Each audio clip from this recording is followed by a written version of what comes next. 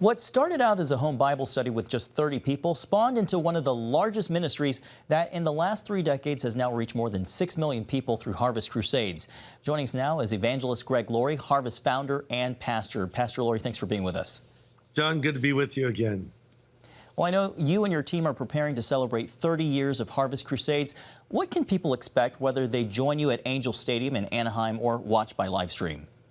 They can expect something that is, dare I say it, fun, exciting, engaging, relevant, but at the same time, something that really elevates the message of the gospel. That's the whole point of the SoCal Harvest, which I'm told is the longest running large-scale evangelistic event in American history. We've been doing this 30 years, basically in the same venue, the Angel Stadium. I think people are shocked to find, John, when they come in, it's like a feeling of celebration, almost like a big Christian party. But I don't mean to trivialize it in any way, because when the moment comes for the gospel to be preached, people are quiet. I mean, it's amazing to me to see a stadium fall silent to hear what the Bible has to say. And the most important moment is when we extend that invitation and we see thousands of people walk down on that field to make a profession of faith to follow Christ. And over the last 30 years,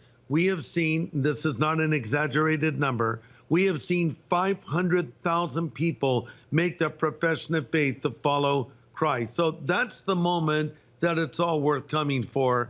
But the way we get those people there is because Christians bring them. So we're always emphasizing to folks that come, bring a non-believer with you, because 85% of those that come down in the field to make that commitment or recommitment to Christ were brought by a friend. And then this can be an experience that you can have wherever you are in the nation or even around the world. You just go to our website, socal.harvest.org, and you can watch it live, or you can go back and watch it archived on demand, or you can download our Harvest app for Apple TV or our app for the Roku box, and you can watch it on your big screen TV as well. You can send a link to your friend. They can watch it on a tablet, on a phone. If it's an Android phone, iOS device, we have an app for every platform so you can experience this real time. Pastor Greg, as you just mentioned, you've been doing this for 30 years. It's such a long time. What's the biggest thing that's changed since you first began, and what stayed the same? Well, when we started, I mean, here to give it sort of a point in history, George Bush was president. That's George H.W. Bush, the elder Bush. Vanilla Ice had a hit on the radio, Madonna too, and the big movie in the theaters was Pretty Woman. And there was no social media. The closest thing we had to a tweet back in 1990 was a bird in your backyard. So since then, with all this social media, all these new platforms, we've obviously utilized them. Our music has changed dramatically. There was no hip hop to speak of back then. It was just in its infant stages. So a lot has changed. Our music has changed. Our graphics have changed. Technology has changed. But here's what has not changed. That is that moment that I already mentioned, where the gospel is proclaimed. But I'll even add something to that, where I've even changed that a little bit. And if anything, John, I've made it more simple. Not simplistic, but simple, meaning I don't assume my listener knows what I mean when I use certain terminology. I think there's a great biblical illiteracy in our nation today. So when I tell someone they need to, for instance, repent of their sin and accept Christ into their life so they can go to heaven, I don't assume my listener knows what accept Christ means, repent means. I don't even assume that they necessarily know what heaven is. And so I try to break my terms down and make it very understandable. And from the moment of my message to the end, I'm effectively preaching for a decision.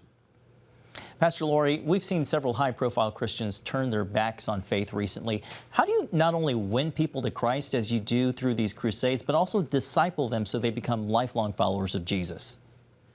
Well, look, any believer can fall away, even a committed believer. And when I mean fall away, they can stumble. You know, it's interesting, John. One of the signs of the last days is some would fall from the faith, giving heed to seducing spirits and doctrines that demons teach. But a true believer will always come back to the Lord again. So just because someone comes out and says, well, I'm no longer a Christian, or I don't believe this anymore, that doesn't mean they won't return to the Lord later. But I would add this: if they never come back again, then I would question if they were ever true believers to start with. Because John asked the question in his epistle, he says they left us, but they didn't return to us. And it shows they weren't really with us to begin with. It's not a question, it's a statement. And so I think there's that element as well. But I would add this: when someone says my faith has been shaken, or I've lost my faith, or I'm doubting these things, I would just say, well, look, the faith that cannot be tested is a faith that cannot be trusted. And look, I've had my faith tested.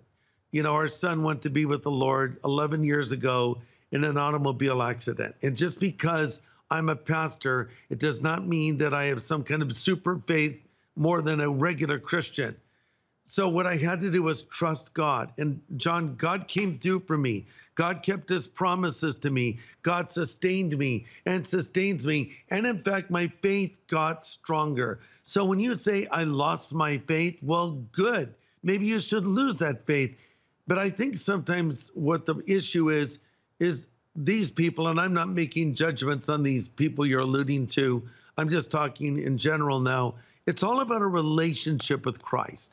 It's not about being a Christian musician or writing Christian books or going to a church. It's about a personal relationship with Jesus Christ. So coming back to your question, the way that you not go backwards is to always be going forward.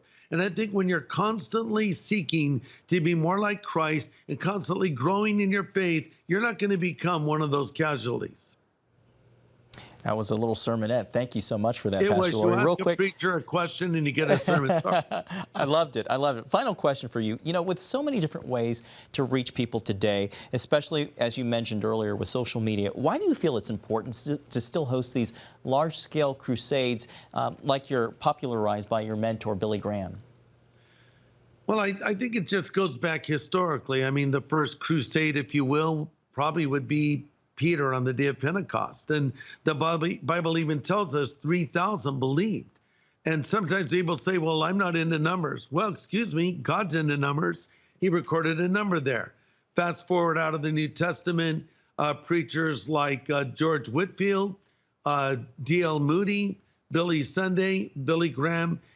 I think God will always honor the proclamation of his word. And yes, we can reach people in their front rooms today or wherever they are, but there's something very exciting about gathering in a stadium still. Look, people still get together for football games or baseball games, for massive concerts.